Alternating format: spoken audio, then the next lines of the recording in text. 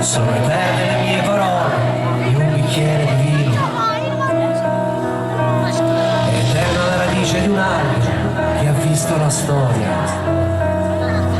Un pensiero contaminato dalla memoria.